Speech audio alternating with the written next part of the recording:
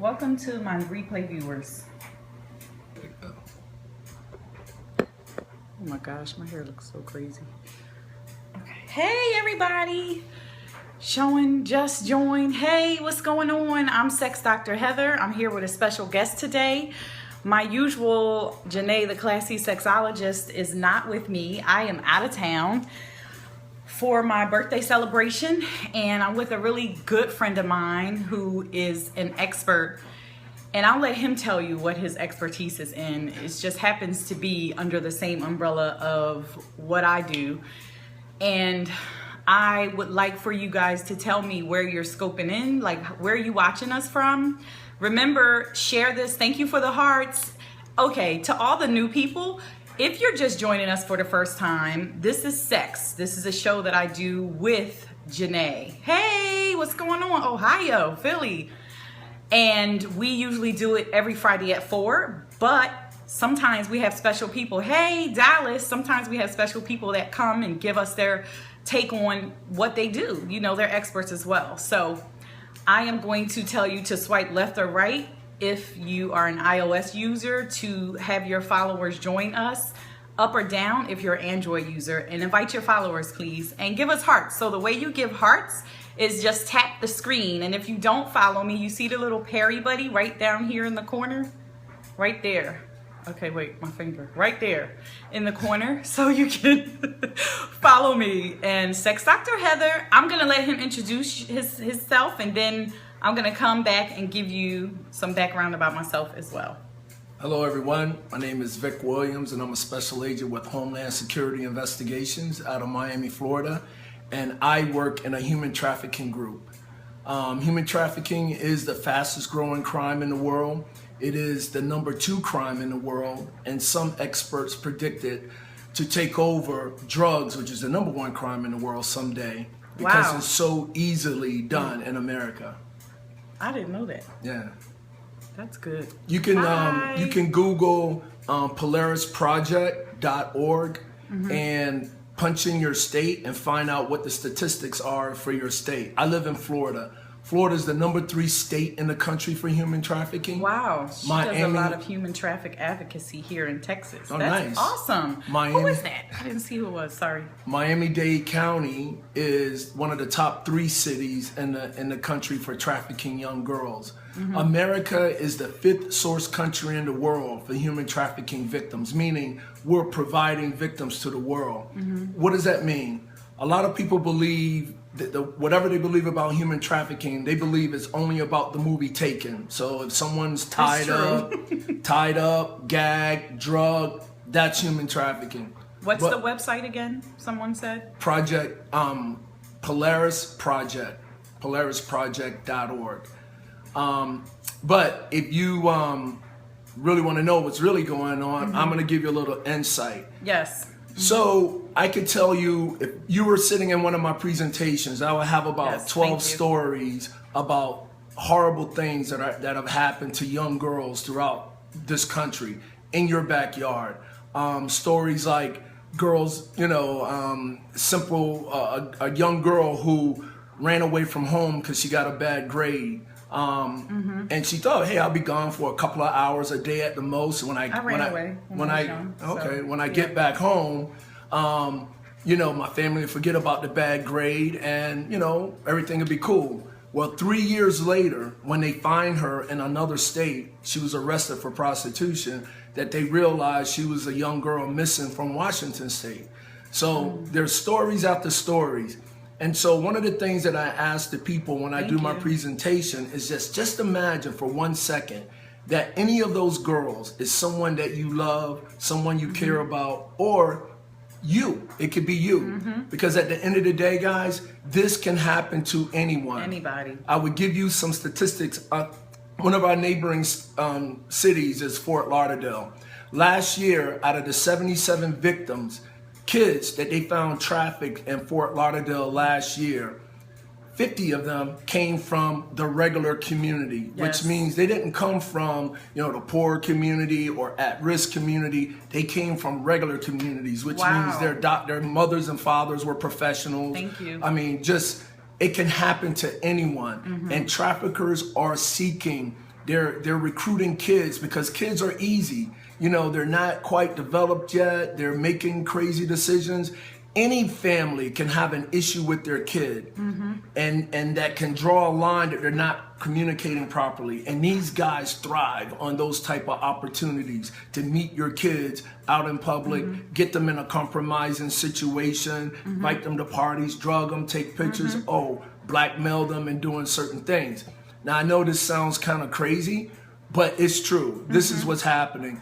And even not on that extent, you could go to different places. You could Google human trafficking. You could YouTube human trafficking and listen to all the horrific stories. So just imagine for 1 second, these kids or women are someone you love and care about. Now, I don't need another story. Unfortunately, we're going to have a lot of stories before this country gets to the level in dealing with this the right way. The second thing that I tell people when I'm doing my presentation is this. In order to change anything in your life, the first thing you have to do is change the way you think about it. So tonight, I'm hoping to provoke some type of mindset change and give you some information, and hopefully you'll think a little different so that we can look at this differently. Because the more that we're educated with this issue, once we understand it, we will force our lawmakers to make laws to support what we want. Just like domestic violence years ago. It's funny, years ago it was okay to beat your wife. And then somebody woke up one day and go, hey, that's not cool. And it took years of educating America to say this is not good. Then it took another 10 years or more for lawmakers to actually make laws to support, what the people wanted. So let's go with human trafficking. So wait a minute. I'm going to stop you for a minute because we got a couple comments, but everybody is like saying how much great information this is, and they're like trying to invite people. So I want people to come in. And also, if you're just coming in, don't forget to replay so you can watch the beginning and you can see who he is. Also, don't forget to tap the screen, and everybody else, invite your followers. I'm Sex Dr. Heather. I have a couple questions. I want to know, so what prompted this whole thing is he's a friend of mine. He's passionate about this topic.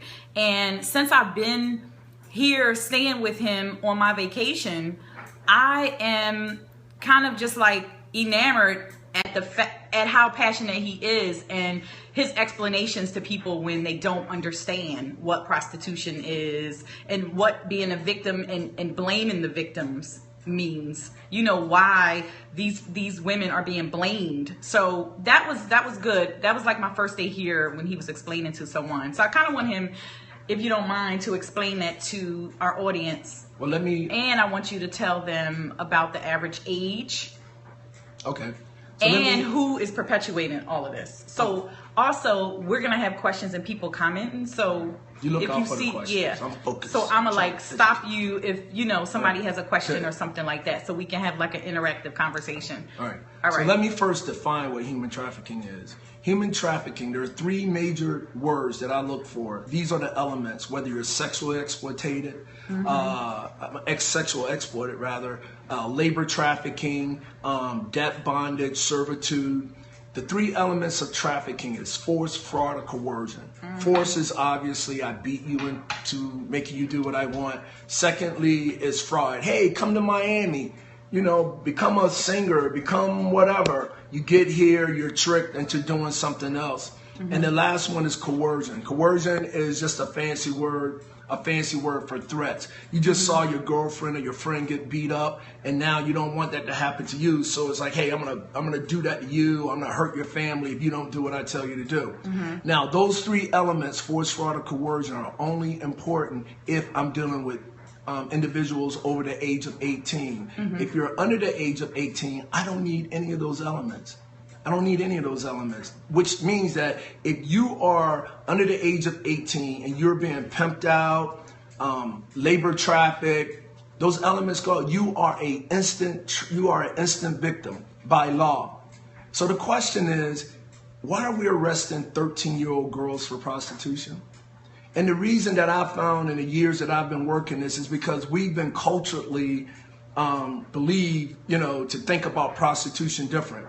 I tell my guests when I'm doing a presentation, that America has had this love-hate relationship with prostitution and pimping. We dress up as prostitutes and pimps during Halloween. You got MTV, Pimp My Car, Pimp My House. At the end of the day, it's like, when did we allow this? When did we accept this as a norm? Like, okay, it's cool, don't say anything. We don't want it to happen to our kids.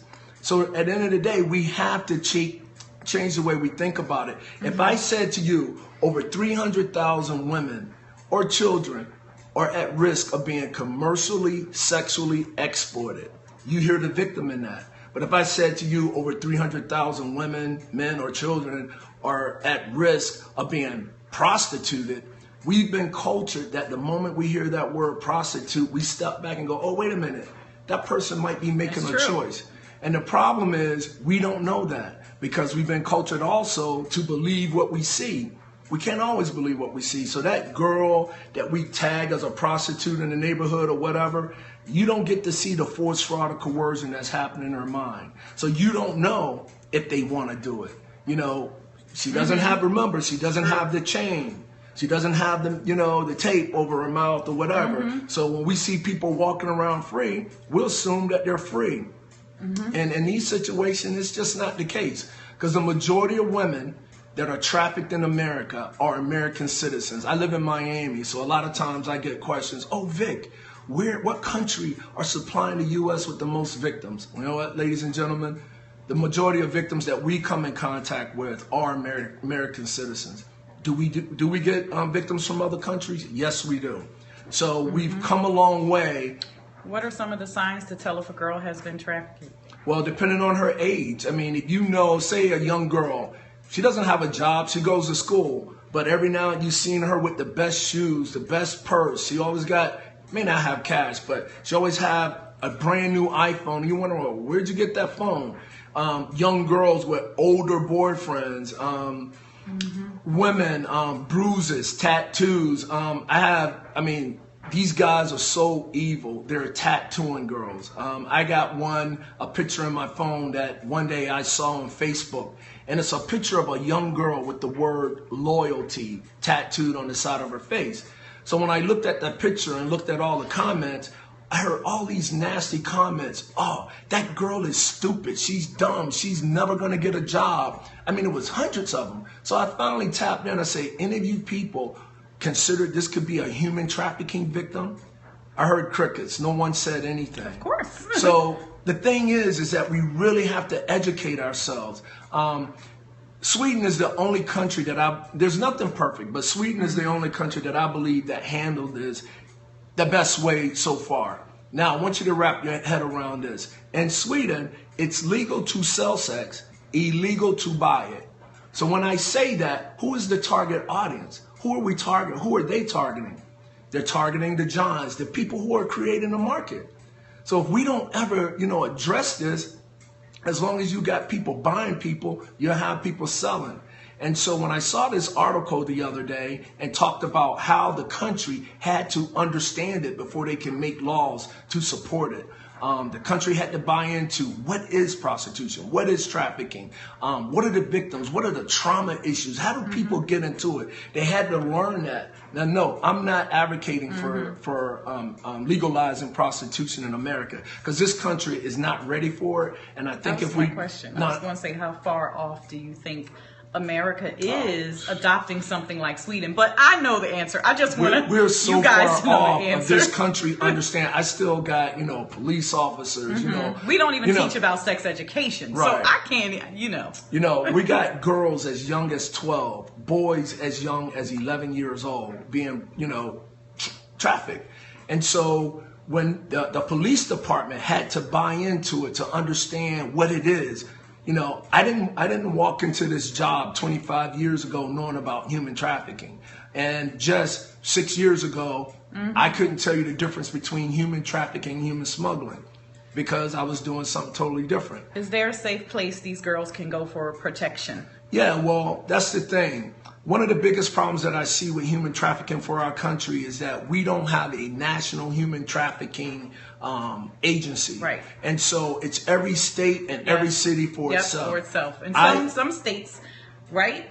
Correct me if I'm wrong. Some states have better control around this than others. Well, they have a better understanding, Yeah. and the people come together. The state of Florida is one of them. Although we're number 3, we have a great state attorney in Miami that's doing great things. It took the country to allow this to happen, and it's going to take the country to resolve it. But getting back to the point of just understanding, legal to sell, illegal to buy. Sweeten goes as far to say, if a guy is soliciting a prostitute, that's a crime of rape. The article is serious, but that's how far we really have to go to protect people. And so until we start taking these stands, I know Florida's made some changes in their laws concerning Johns. We've also done some laws to protect young girls. There's a law called the Safe Harbor Law, which maybe only 26 or less states have. And what that law is, it gives law enforcement officers other options than arresting the young girls. But imagine, there's still places in this country arresting 13-year-old girls for prostitution because culturally, we still haven't caught up with this problem and understand it. When I do my presentations to police departments, I tell them, I say, listen, these women or men or young people were not born into this situation. We got to think, how did they get there? They weren't born there. And what that is years and years of abuse that was never resolved in their lives, which made them vulnerable. And these guys are excellent at manipulation. They're excellent. That's all they do is travel around looking for people to manipulate and get them in that situation of that they're already vulnerable, but get them in a situation where they feel like they don't have a place to go or nothing to do, and they're relying totally on these guys. There's a couple types of pimps, but one of the pimps that we deal with that is most dangerous, of course, the gorilla pimp that beats up girls. Eventually, I say, well, maybe one day the girl will get tired of beating and leave. But then there's this Romeo pimp. This guy doesn't beat the girls, but he's so deep in their head. God, that is so hard. The hardest part of my job is when I meet a victim of human trafficking. And I had to learn not to have an expectation. We're Americans, another cultural thing. If I'm helping you, I should expect you to do what you're going to do if you need my help. But in these situations, these victims are so traumatized. They're so traumatized, and people don't even understand that, first of all, that when we have human trafficking cases, I have to bring in experts to explain to the jury why they didn't leave. Because we want to know why they didn't leave. That's the first question. Why? But she was 11 and 12. What do you mean? Remember, we go back to domestic violence. We were asking that same question. Why are the women not leaving? And so we learn about a lot of things, why they didn't leave. And men were taking advantage of that. Until we change some laws in domestic violence, it's still an issue, but it's a more awareness thing. People are more educated about it, and we're handling it a lot better. But not all states, only a few states. So when you look at our different systems, what would you say is the biggest system that needs to buy in and understand about what's going on? Well, the law enforcement. I mean, these guys tell these girls nobody care about them. Law enforcement going to arrest you. And what have we been doing? We've been arresting them. We've done, we treat them like crap. We don't look at them as victims. We don't even give them the opportunity. And because, again, culturally, if I come across these girls and they got bad attitude, they're lying to me. I had to learn to expect that. That's why I don't have an expectation. Because if they had it together, they wouldn't be in a situation. So why should I expect them to respond to me as if you, as a friend, come to me, Vic, I need your help. So you got to learn they are, I don't want to say damaged, but they are. Traumatized. They're traumatized. It's trauma. And people don't understand that. The Stockholm Syndrome, people don't even know what that is. It's real. It's real stuff. One of the doctors that we used in one of our cases is Dr. Frank Oxberg. Now, Dr. Frank Oxberg testified in the Castro case. Do massage parlors have 100% trafficked girls, do you think? Not 100%, but it's a major problem. And if Heather can remember that question, I'm going to tell you how some of the cities are dealing with it in Miami. But Dr. Frank Oxberg testified in the Castro case, the guy that was in Cleveland that had kidnapped the girls for 10 years. And remember the McDonald's guy? I was going my way to McDonald's and this girl was yelling. Anyway, just a little humor. So this guy in his in his sentencing, the one girl, the one victim that testified that how horrible it was, how much, it was horrible. And this guy stood up and go, oh no, it wasn't always bad. We had love. We were a family. And Dr. Frank Oxford had meant to say, no, that wasn't love. That was survival. Because if they didn't do what you told them to do, they may not have eaten that day. You may have beaten them. You may have chained them to the bed. So that's trauma. And people got to understand that sometimes, people do this stuff just to survive because they don't have other opportunities or know of other ways. Hence, that's why I love the Sweden model, because they look at these girls and they would bring them off the streets and provide them services to have a better life. So we really have to really start changing the way we think about it. Stop, promoting and glorifying pimping. A pimp is a trafficker. A trafficker beats, hurts, kills, and it's all for their greed. It's all about money. We have girls. People think pimps don't exist. You know that? I know. People think they're not pimps anymore for some reason. Well, I'm not sure. Well, that's because we're learning about human trafficking, and maybe we're starting to call them traffickers, which is what they are.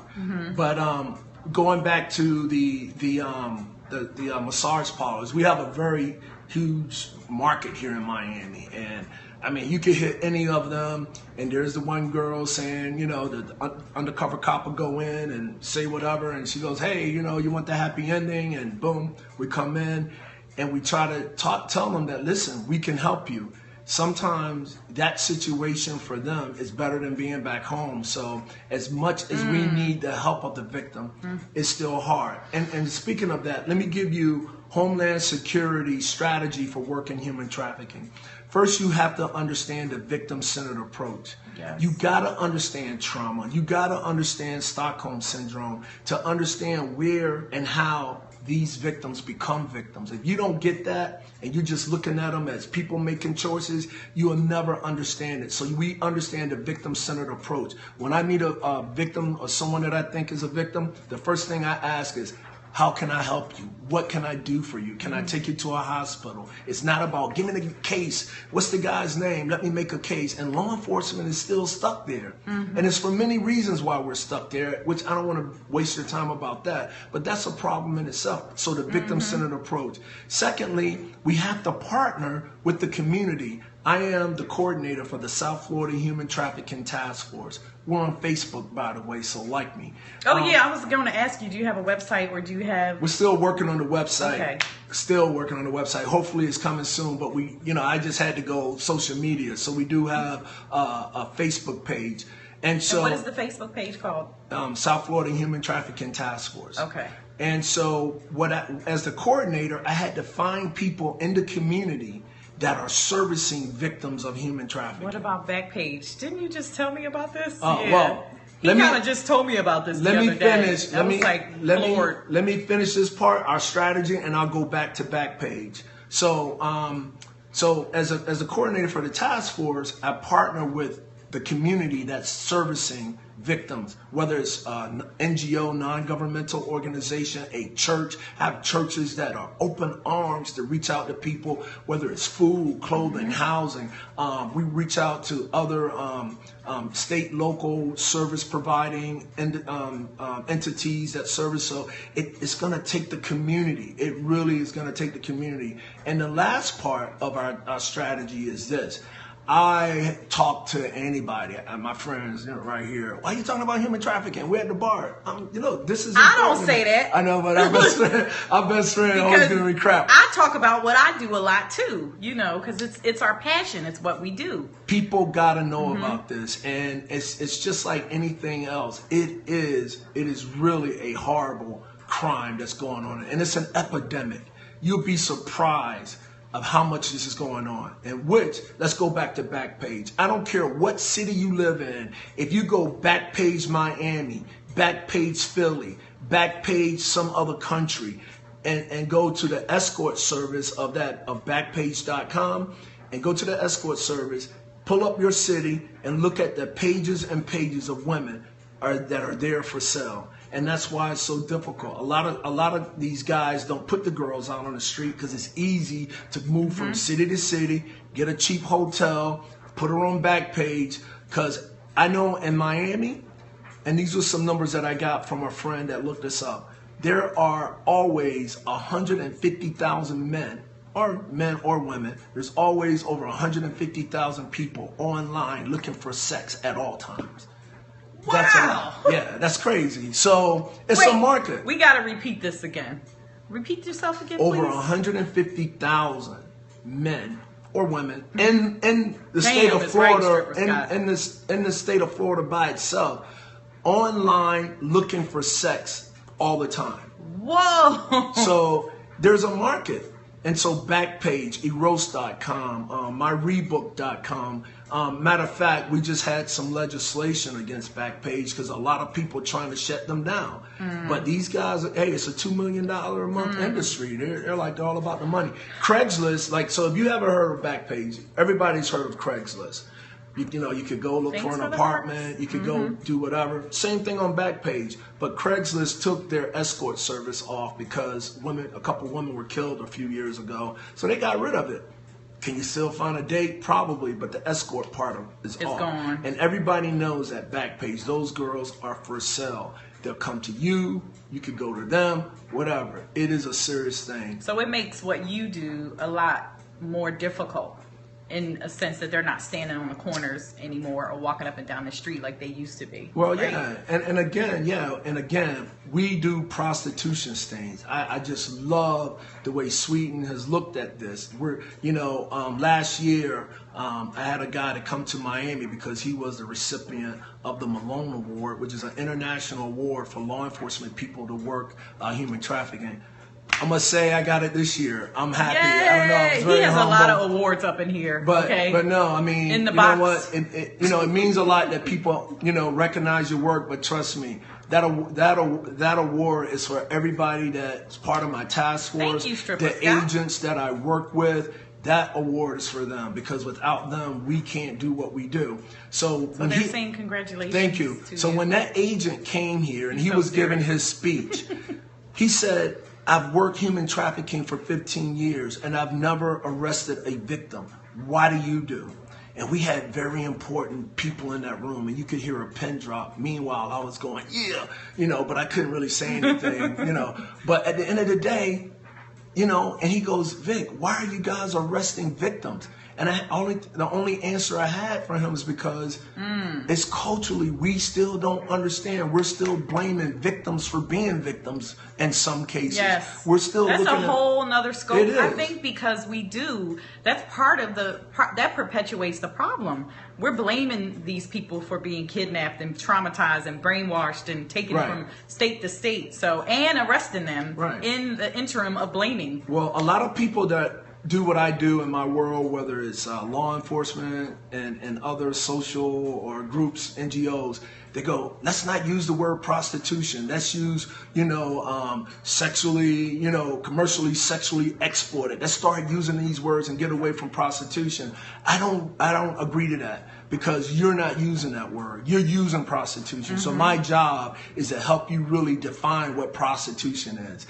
That is not 100% women making choices to do that because you can't see in her head. That's a start. We have to start looking at that. We can just accept that and start working with that. Then maybe when you see the movie, there's a prostitute or you see one on the streets, you got a different thought about them. Because before 2000, this is when the human trafficking laws were first on the books in the United States.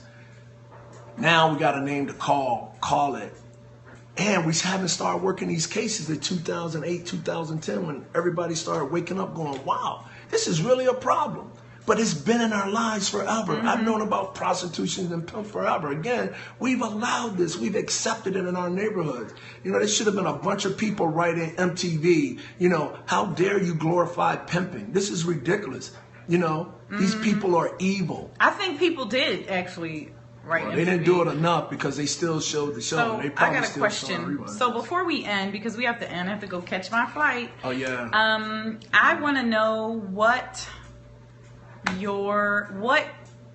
have you changed in any way? And if you have, since you started doing this work, and the fact that you're so passionate about it, like what in you has changed? Human trafficking has really changed my life in so many ways. I know I'm a better man for it. I've been a sailor. I've served my country in the Coast Guard. I've been serving my country for 33 years. That's all I know. So I've traveled the world. I've been there, done that. I've done a lot of stuff that, knowing what I know now, I'm like, man, you know, what the hell was I thinking? And sometimes I think if most men knew what I know about human trafficking, you can cut out a lot of people. You know, our culture, what do? You get married, you got a bachelor party. What do? Strippers, prostitutes. I mean, this stuff is culturally built into our system. And we have to change. There's this guy by the name of Tony Porter. He is an excellent speaker to challenge men to get rid of this crap that we raised with and socialize. And I'm gonna tell you, this guy's excellent. You know, I heard him once, and he talks about the crap that men, you know, how we grow up not allowed to cry because you're gonna be a sissy. That we grow up trying not to be women who are really totally stronger than we are emotionally. Yes, we need to stop seeing women as sexual. Exactly. And so he gives this great speech. So it's opened me up so much. And one of the things that has taught me how cultured I've been. You know, everything, most of my life, I've been told what to say, what to do, and I'm right along with it, you know, rolling with it. And now I've opened up my mind so much and not always believe what I see and just like ask questions and learn. Right. And so I know I'm a better person from working this. I could go into more detail, but I got to get this girl to the airport. Yes. Or she's going to have to stay another night. And he doesn't want me to. That's not true. He can stay as long as she wants, but... He's lying. Guys, it's my homie right here. He's like, guys, it's time for you to go. I need some company. Guys, listen. And ladies, please... share this information. You could get a hold of me through Heather, and I can send you. Matter of fact, I'll send Heather my PowerPoint. Learn about it because it's the PowerPoint. I want you to send me. Actually, I'm gonna do my next scope on Friday, so I want you to send me the online link to the Sweden study because it's really interesting. Well, I'll send you the article. But article. I want to send you the PowerPoint because my PowerPoint is mainly it's about the indicators of trafficking. Is there a way one can ensure that the girl is working of her own volition? Is there a way? I mean, no, it's investigation. I mean, are there? See, and this is another thing. I stay in my lane of human trafficking. The woman that wants to prostitute herself, to me, still have some issues, but I can't deal with the whole thing. You got to understand, human trafficking is the symptoms of a societal family ill that's never been fixed. You know, people who end up in these situations, a lot of the girls were molested as kids, and it was never addressed, and they're vulnerable. So until we, you know, this can go all the way back to the family. I'm not a family expert, you know. How do kids end up out on the street homeless? I mean, this is one part of million problems in the world and that are because of family ills or society ills that have gone wrong and never fixed. This is one of many. I've chose it. Right. Human trafficking is mine. So I would say a way to see if she's on her own volition is exactly what Vic said, but also ask questions. Like if you are going to get a prostitute, ask questions. You know, say, what could they ask? Like, is there look, like do you something... have a pimp? You got a pimp. Is this your money? Is it yours? Look, I'm not going to give you some ways. I'm going to tell you this, though. We have our first federal laws last year that can now tie in a John to a trafficking charge. So my question to the guys out there, you know what? Is it worth minimum sentencing 15 years? Is it worth 15 years to get laid? Because this is what's going to happen. If you end up with a trafficking victim, you're going to go down with the conspiracy of trafficking. And in a conspiracy, I don't need to know all the crimes everybody committed. My part of the conspiracy was trying to hire this prostitute. Yep. Certain states are changing laws that it's not a misdemeanor anymore. It's a felony and heavy fines. But you got to understand, that's what we have to do to change this. Listen.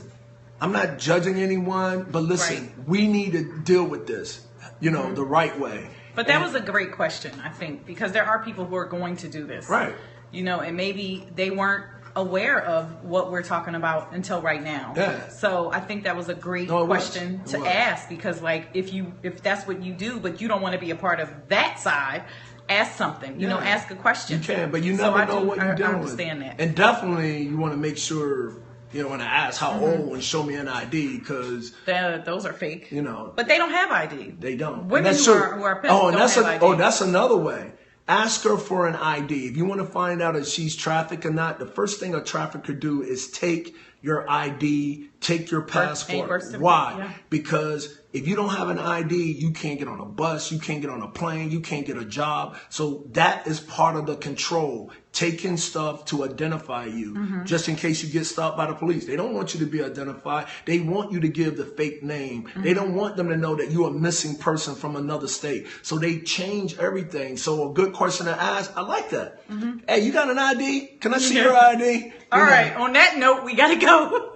I know, I got to get her out of here. Because I'll be here for another week. Hey guys, thank you so much for your time and attention. Please spread this stuff. Continue to further educate yourself. Find a human trafficking task force or something in your neighborhood, in your community, and support it, because this can happen to anyone. It can happen to anyone. Website coming, guys. He's going to have a website where you can support in your neighborhood. Okay. PolarisProject.org. Look at them and find the statistics in your area. Thank you for tuning in, everybody. Yay. That was awesome. Bye. Sex Dr. Heather.